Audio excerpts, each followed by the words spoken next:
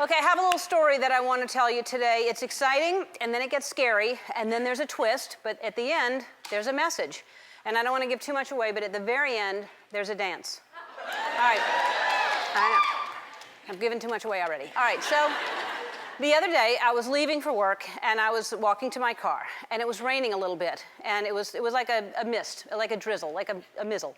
And I was rushing to my car, trying to hold my umbrella. It was under my chin while I was trying to get my keys out, because I didn't want to get my hair wet, because if this gets wet, I can't return it. And so I was hungry, and I was annoyed, because whenever it rains in LA, there's traffic, no one knows how to drive. I mean, there could be a teardrop in the road, and everything comes to a standstill. Anyway, so I was about to take another step, and all of a sudden I looked down, and guess what I saw? Guess. No? Guess. Nope. Nope. Wrong. Nope. Nope. No. It was a snail. So I looked down. Anyone? No? Snail?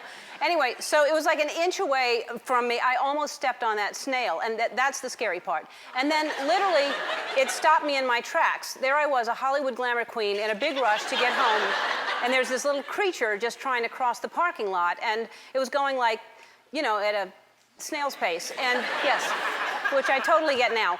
And as silly as it sounds, it was a perfect reminder that we all need to slow down. It was a slimy, disgusting reminder, but still, we're always in a rush, going from home to work and work to dinner and dinner to discotheques. And me being in a rush almost ended this poor snail's life. I mean, he was probably trying to get home to his snail family, and his snail kids are waiting at the door. When's Daddy coming home? You know, when's Daddy coming home?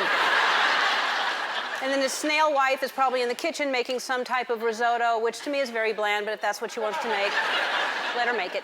Anyway, every night she's trying to make something special, and at this point she wonders why, because by the time everybody sits down to eat, half the family is texting on their shell phones.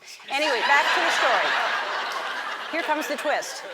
So there I was in the parking lot, looking down at this snail. He was scared. He was tucked into his shell, trying to protect himself. So I bent down slowly to pick him up and to move him to safety, and that's when I realized it was a rock.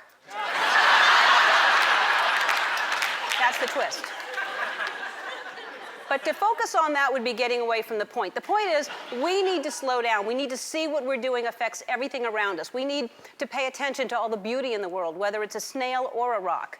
And this now is the part where I dance.